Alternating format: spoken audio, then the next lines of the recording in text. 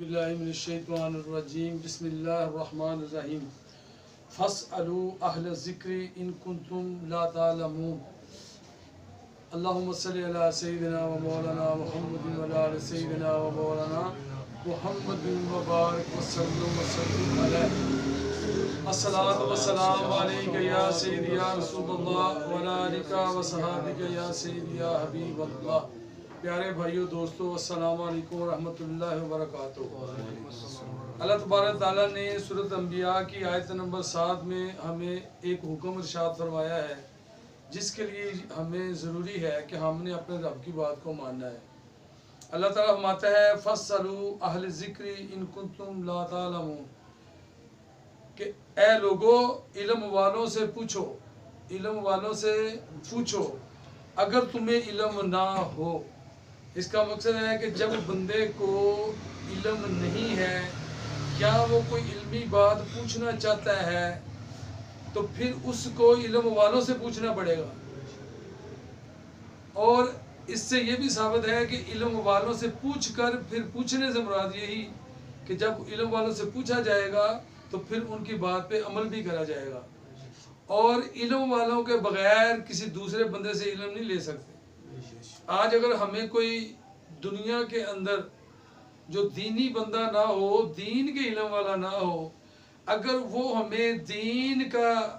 کوئی ایسی بات جس کا وہ اس کے پاس کوئی دینی سند نہ ہو،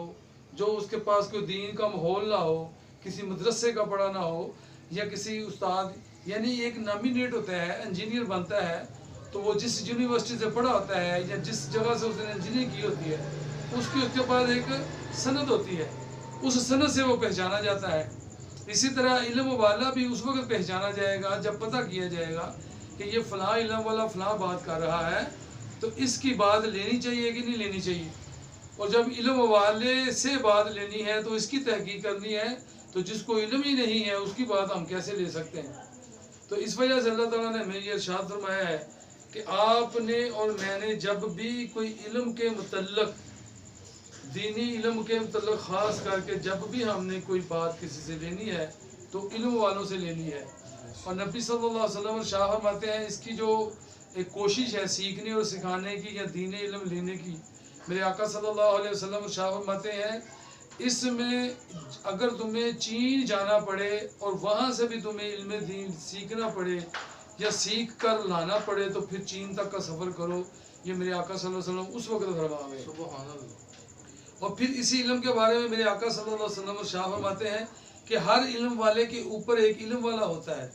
ہر علم والے کے اوپر ایک علم والا ہوتا ہے۔ اس کا مقصد ہے کوئی کمپلیٹ نہیں ہے،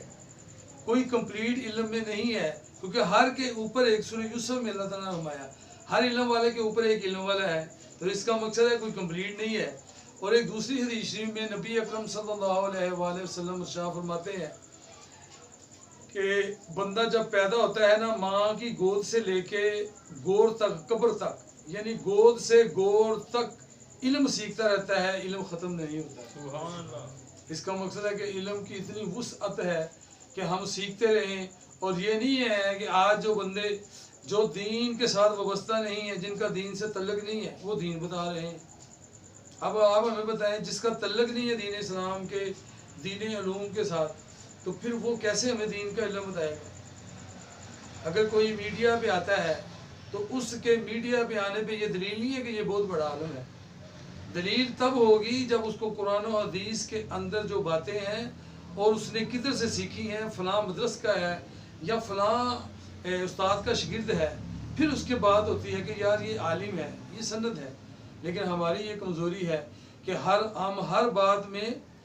بات میں ہم تحقیق کرتے ہیں، کوششیں کرتے ہیں، لیکن جب دین علم کی بات آتی ہے تو سبھی لوگ دین علم کی باتیں کرتے ہیں۔ اور یہ وہ دور ہے جس میں نبی صلی اللہ علیہ وسلم نے ارشاد فرمایا کہ بندہ دن کو مسلمان ہوگا، رات کو کافر ہو جائے گا، یعنی 12 گھنٹے کی اندر اس کا ایمان بدل جائے گا، اور پھر فرمایا رات کو وہ کافر ہوگا، دن جا کے مسلمان ہوگا، یعنی 12 گھنٹوں میں اس کا ایمان بدلتا رہے گا۔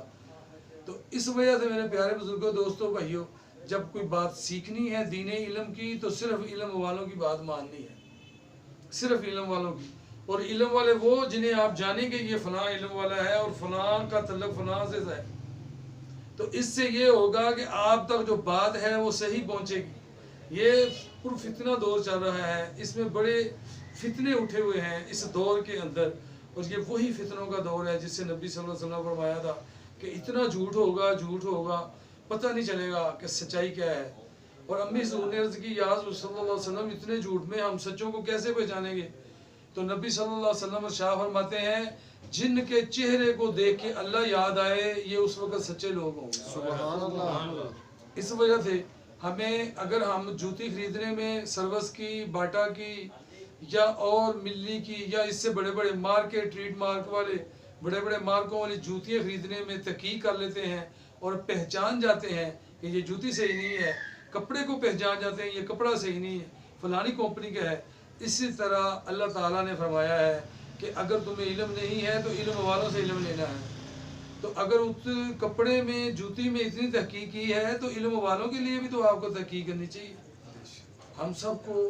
ان باتوں پہ خاص توجہ کرنی چاہیے، کیونکہ کوئی ایسا بے علم بندہ کوئی ایسی غلط بات کہہ دے جس سے آپ کو اور میرا ایمان خراب ہونے کا خطرہ پڑ جائے۔ اللہ تعالیٰ مجھے دین علم والوں کے پاس سے علم لینے کی توفیق عطا فرمائے۔ وما علینا الا البلاغ۔